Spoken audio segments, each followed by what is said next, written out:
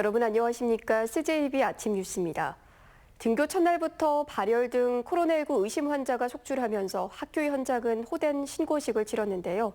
충북교육청은 다음 주부터 격주 순환 등교 체제로 전환을 공식화하고 전교생의 3분의 2 이상이 등교하지 않도록 격주제나 격일제, 분반 등 가능한 모든 방법을 총동원하기로 했습니다. 이윤영 기자의 보도입니다.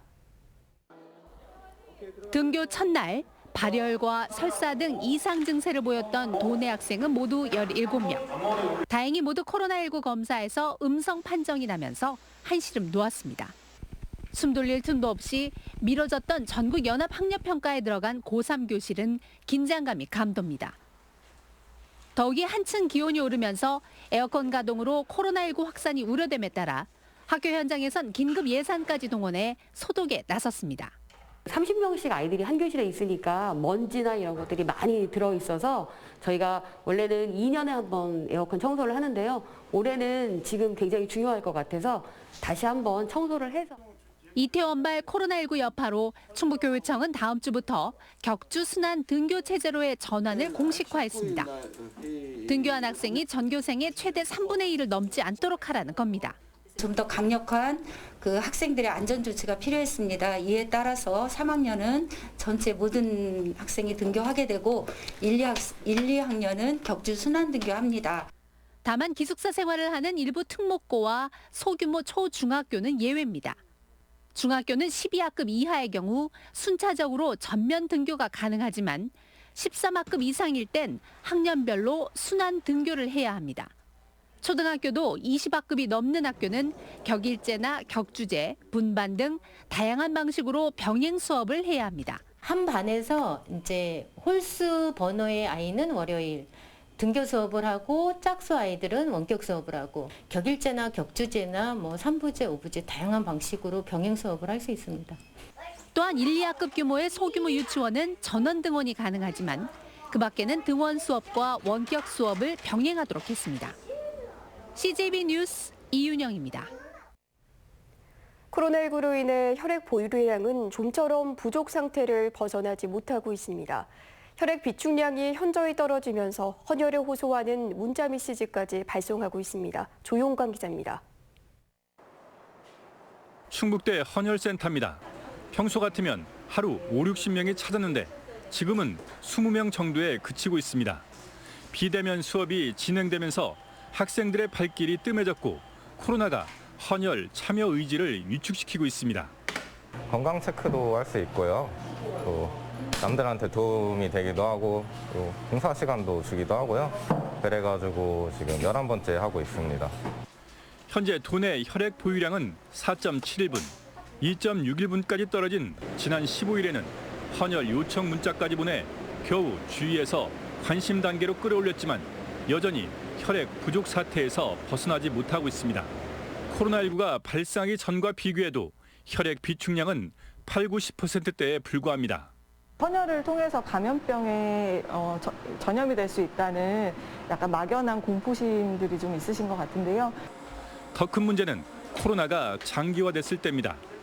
잠시 소강 상태였던 코로나 사태가 이태원 클럽발 감염 확산과 단계적 개학이 시행되면서 다시 긴장감이 돌고 있고 일부에선 코로나가 일상화될 수 있다는 우려도 나오고 있습니다. 2초에 한 명씩 응급수혈이 필요한 상황이 오고 있습니다. 그래서 그 외에도 병원에서도 계속 수혈이 필요한 상황인데 이렇게 유지되다가는 저희가 피가 모자라서 수혈을 못 받게 되는. 적십자사는 호흡기로 전파되는 코로나19와 헌혈의 연관성은 없다며 전체 60%를 차지하는 단체 헌혈 등 도민들의 적극적인 헌혈 동참을 호소했습니다. CJB 뉴스 조윤광입니다. 충청북도가 오는 25일 0시를 기준으로 도내 유흥시설 850곳에 내린 집합금지 행정명령을 해제합니다. 김장희 충청북도 행정부지사는 브리핑을 통해 업소들의 어려움을 고려할 필요가 있다는 의견이 제기돼 이 같은 결정을 내렸다고 밝혔습니다. 다만 시설 내 거리 유지와 종사자들의 마스크 착용, 출입자 명단 작성 등의 8대 방역 수칙은 그대로 유지됩니다. 충북교육청은 등교 수업이 본격 시작됨에 따라 코로나19 방역을 위해 210개 학교에 열화상 카메라를 한 대씩 추가 지원한다고 밝혔습니다. 또 교육청은 열화상 카메라 지원 기준을 학생 수 800명 미만은 1대, 800명 이상은 2대로 강화하고 유치원 5곳과 초등학교 85곳 등 210개 학교에 추가 지원할 방침입니다. 과학기술정보통신부와 충청북도, 청주시가 차세대 방사강 가속기 구축을 위한 업무 협약을 체결했습니다. 가속기의 빠른 구축과 활용 극대화를 위한 24가지 사업에 민자를 포함해 7천억 원을 투입하기로 했습니다. 구준회 기자입니다. 과학기술정보통신부와 충청북도, 청주시가 업무 협약을 맺고 방사강 가속기의 성공적 구축을 다짐했습니다. MOU에는 가속기 부지 개발과 기반시설, 종사자들을 위한 정주시설 조성 등의 협력 방안을 담았습니다. 과학기술부는 2027년 완공을 목표로 차질 없는 사업계획과 예산 지원을 약속했습니다. 향후 다목적 방사능 가속기가 첨단 산업 지원과 국가 과학기술 경쟁력 강화에 기여하는 초석이 되기를 진심으로 기대합니다. 충청북도가 유치 과정에서 제안했던 자체 지원 방안도 윤곽이 드러났습니다. 도는 크게 방사강 가속기 활용 극대화 방안, 연구 성과 공유와 확산 방안, 인력 양성, 글로벌 사이언스 타운 조성 등의 4가지 전략을 장관에게 설명했습니다. 세부적으로는 가속기 활용 지원 센터, 국제 컨벤션 센터 건립, 사이언스 아카데미 빌리지 조성 등이 눈에 띕니다. 여기에 가속기 운영비 지원과 KTX 연결 전용 도로 등을 합쳐 모두 24가지 사업입니다. 예산은 도비와 국비, 민자를 포함해 7천억 원이 넘습니다. 도는 별도의 전담 조직을 꾸려 지원할 예정입니다. 방사능 가속기 운영 지원과 관련된 전문 인력을 확보하는 쪽에 우리 충북도가 아주 별도의 특단의 대책을 마련해야 되겠다. 과학기술정보통신부는 올해 안에 방사강 가속기에 대한 예비 타당성 조사를 끝내고 내년 실시 설계를 거쳐 2022년 1월 착공에 들어갈 예정입니다. CJB 뉴스 구준혜입니다. 한국감정원이 매주 주간 단위로 전주 대비 아파트값 상승률을 발표하는데요. 이번 주엔 충북이 전국 17개 시도 가운데 아파트 매매 가격과 전세 가격 둘 다 1위를 차지했습니다. 특히 방사강 가속기 유치를 기폭제로 청주 지역 아파트 값이 전례 없을 정도로 폭등하고 있습니다. 진기훈 기자입니다. 청주 오창의 한 아파트 단지입니다. 방사광 가속기 유치 발표가 있었던 지난 8일 이후 전용 면적 84제곱미터 호가가 1억 원가량 뛰었습니다. 오창 단지 조성 당시 들어선 이른바 구축 단지들도 수천만 원씩 호가가 올랐습니다. 신축이 이제 먼저 가격을 치고 나가서 1억 정도 호가 차이가 이제 생기기 시작했고요. 그 시류에 편승을 해서 한 2, 3천 정도 호가를 더 높이거나 아니면 매물을 걷어들이고 있는 상황이에요. 이런 집값 상승세를 반영하듯 이번 주 충북 아파트 매매 가격 상승률이 전국 평균의 6배가량 웃돌며 압도적 1위를 차지했습니다.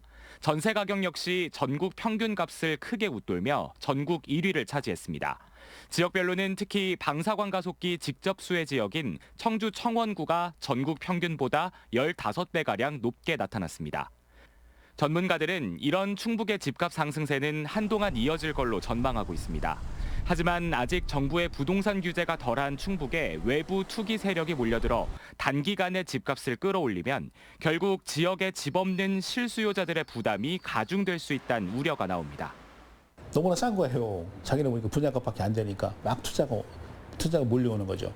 투기한 사람들이 다 돈을 회수해 가고 피해 보는 거는 청주 현지민이 피해 볼 수밖에 없다고 생각합니다. 지역 부동산 시장 호재에 대한 기대와 투기 과열에 대한 우려가 교차하는 가운데 주택시장 전반을 재점검할 필요성이 커지고 있습니다. CJB 뉴스 진기훈입니다. 과거사법 개정안이 지난 20일 극적으로 20대 국회 문턱을 넘어섰습니다. 일기 조사 당시 충북에서는 분턱골 한 곳만 유해 발굴이 이루어지고 나머지 곳들은 조사 기간 만료로 선도되지 못했는데요. 이기 조사를 통해 역사의 진실을 밝혀낼 수 있을지 주목되고 있습니다. 이태현 기자입니다. 청주시 남일면 분터골이라 불리는 곳에서는 한국 전쟁 당시 청주 청원 지역 보도 연맹원들이 국군에 의해 집단 학살을 당했습니다. 단순히 북한 인민군에 동조할지 모른다는 것이 그 이유였습니다. 이 같은 사실은 지난 2005년 과거사법 제정으로 1기 진실화해위원회가 조직되면서 밝혀졌지만 2010년 임기 만료로 해산되면서 10년 넘게 멈춰선 상태입니다. 민간 학살 의혹이 제기된 전국 46곳 중 1기 진실화해위원회가 밝혀낸 곳은 11곳에 불과했으며 충북에서도 6곳 중 분터골이 유일한 성과였습니다. 1기 진화위에서 유해 발굴했는데 충청북도에서는 분터골 한 곳만 했습니다. 총 6곳을 발굴했었어야 되는데요. 그 이후의 과제는 2기 진실화해위원회에 넘겨진 상태라고 보면 됩니다. 이런 가운데 20대 국회 임기 막판 과거사법 개정안이 극적으로 국회를 통과했습니다. 과거사 정리위원회가 재조직되고 당시 밝혀내지 못했던 국가 공권력에 의한 인권유린 사건에 대한 재조사가 가능해진 겁니다. 충북에서도 청주시 낭성면에서 발생한 형무소 복역자 대량 학살 사건을 비롯해 영동 매천리 학살, 단양 곡개굴 학살 등에 대한 진실규명 가능성이 높아졌습니다. 만사지탄이지만 지금부터라도 국가가 나서서 미완의 역사적 과제를 해결하길 기대한다. 생존 피해자들이 대부분 고령인 만큼 1기 조사 때보다 더 빠른 진실규명 작업을 유족들은 기대하고 있습니다. CJB 뉴스 이태현입니다. 진천경찰서는 음주 뺑소니 검거에 기여한 2명의 유공자에게 시민 경찰 표창을 수여했습니다. 이들은 지난 14일 오전 7시쯤 진천군 진천읍의 한 교차로에서 신호를 위반해 사고를 낸 뒤 달아난 차량을 직접 추격해 검거하는 데 기여했습니다. 당시 운전자의 혈중 알코올 농도는 0.18%로 면허 취소 수치로 파악됐습니다. 지난해 12월 12일 청주시 현도면의 한 크레인 제조 공장에서 22톤의 무게의 절곡기 패널이 무너지며 하동읍 업체 직원 2명이 숨진 사건과 관련해 고용노동부 청주지청은 당시 절곡기 설치업체 대표 2명에 대한 구속영장을 신청했습니다. 고용노동부는 이들이 당시 작업계획서를 작성하지 않았고 절곡기가 넘어지지 않도록 지탱하는 안전장치도 설치하지 않는 것으로 조사됐다고 밝혔습니다. 청주지법은 환자의 고통을 줄여주겠다는 이유로 향정신성 의약품을 과다 처방한 의사 54살 A씨에게 징역 10개월에 집행유예 2년을 선고했습니다. A씨는 지난 2017년 골절 수술 뒤 심한 통증을 호소하는 환자가 더 많은 투약을 요구하자 환자의 가족 명의까지 빌려 졸피된 성분의 수면 유도제인 스틸록스를 과다 처방한 혐의로 재판에 넘겨졌습니다. 끝으로 날씨입니다. 충북지방 가끔 구름 많은 가운데 일교차가 10도 이상 벌어지겠습니다. 현재 청주 15도, 충주 13도, 제천 11도, 옥천 13도의 분포를 보이고 있습니다. 오늘 낮 최고 기온은 청주 26도, 충주 24도 등 어제보다 2, 3도가량 높겠습니다. 일요일 오후 한 차례 비 소식이 있겠고 비가 그친 후에는 대체로 맑은 하늘이 이어지겠습니다. CJB 아침 뉴스를 마칩니다. 시청해주신 여러분 고맙습니다.